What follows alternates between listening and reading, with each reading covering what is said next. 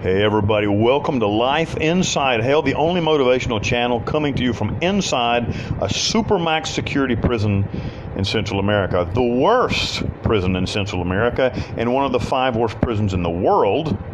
I'm your host, Brother Wild Bill, prison chaplain as well as an inmate.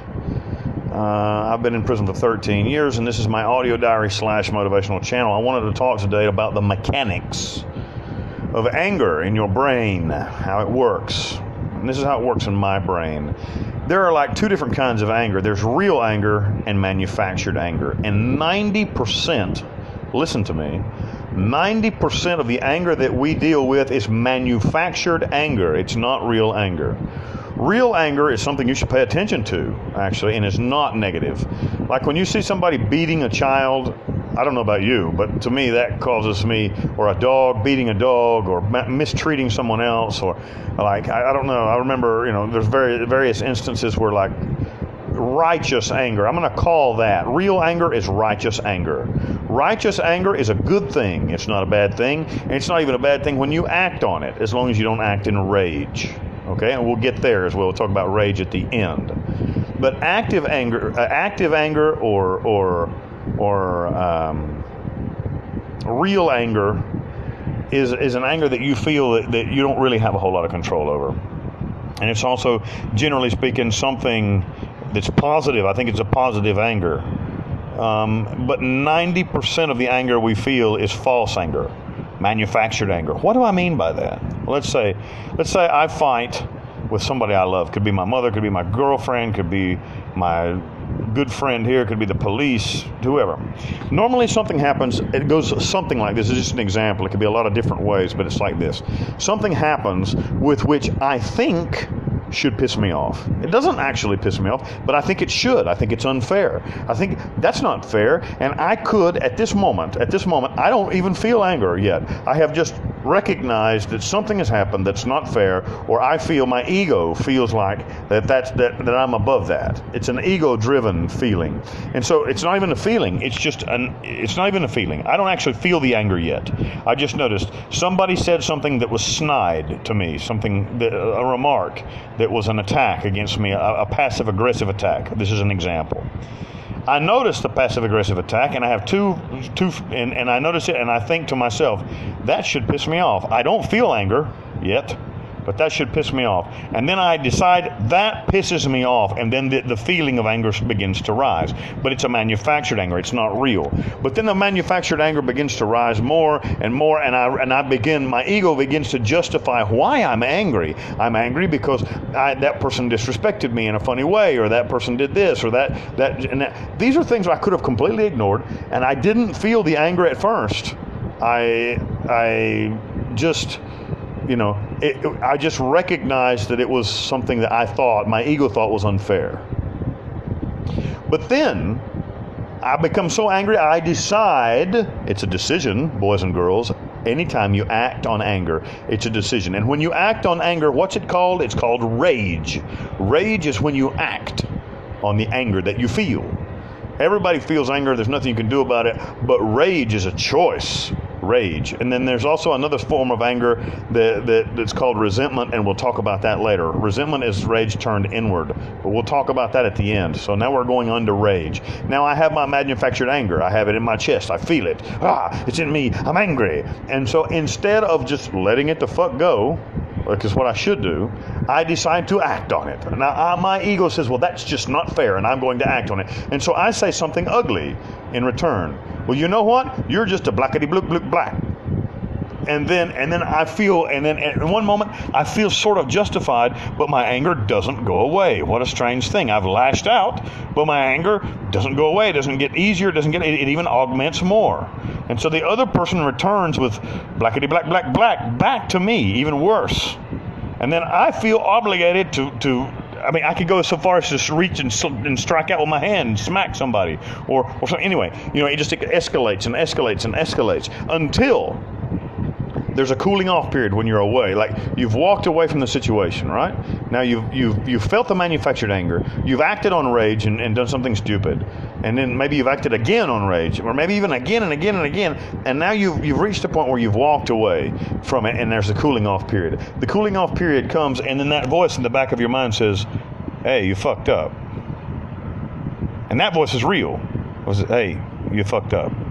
And then your ego says, no, but it's not my fault because blah, blah, blah, blah, blah. And this isn't right because I'm the greatest thing in the world and nobody has the right to treat me that way.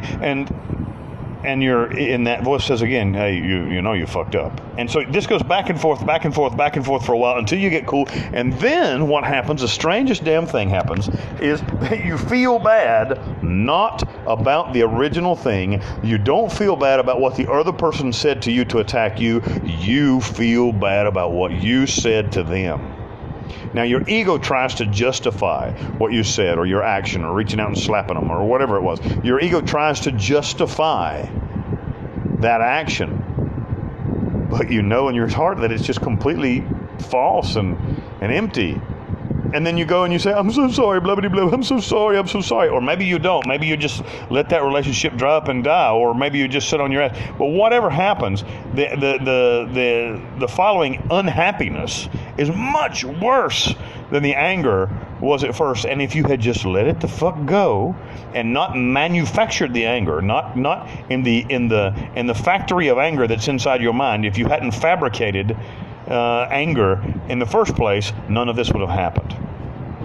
Up until the point when you decided to act on rage, when you decided to take rage on as a positive action in your mind, everything was okay. But when you've taken that decision, when you make that decision to act on rage, never does it turn out good. Not once in the history of the world have you acted on rage in manufactured anger and it turned out well. Now, I will go back to the beginning and saying real anger, justifiable anger, is when you see somebody beating a child. I remember one time I was in a parking lot. This happened to me. I was in an Ingles grocery parking lot. If you're in Western North Carolina, you know that Ingles is the biggest grocery store there. It's almost like a Walmart or something. It's a huge thing. And I saw this man just berating a small child. The child was 4 or 5 years old. And just berating it and telling him when he gets home he's going to beat his ass. And he was a big fat man, And I remember I was waiting on my wife back in, this is like years ago, like 2004, 2003. I was waiting on my wife who was inside shopping, and I was smoking a cigarette. I used to smoke. And I had the window down, and I was watching and listening to this fat man berate this child. And I listened to it as long as I could. And I remember I stepped out of the car. I turned the car off, and I stepped out. It was summer, and it was so hot. And I stepped out of the car, and I put a shirt on because I didn't have a shirt on. I was sitting in there without a shirt on. And I walked over to the man, and he looked at me, and he smiled, and I slapped the shit out of him. I slapped him like a bitch. I hit him in the mouth. And the man was like horrified because I was huge, too, back in those days. I was like very muscular. And I don't ever want to hear you speak to that child that way again. I swear to God, if I ever hear of you, what's your name? And he told me, and I said, if I ever fucking hear you hitting that child or teaching that, if I read your name in the paper that you've abused that child, I swear to God, I'll come and I'll kill you. I'll burn your fucking house to the ground. And he laid on the ground, and he was on the ground, and he was shaking. And I went back to my car, and I thought, and to this day, I feel good about that action. That was the right thing to do. I acted on rage, but by justified anger. When something was happening to somebody else, not to me, my ego wasn't involved in that. Actually, my ego said, don't get involved. Don't get involved, Bill. Don't get involved. But I couldn't stand to hear him speak to that child that way, threatening the child, and the poor kid's crying, sitting there, And I don't know if it was his father, his stepfather, his uncle, his brother. I don't know what he was.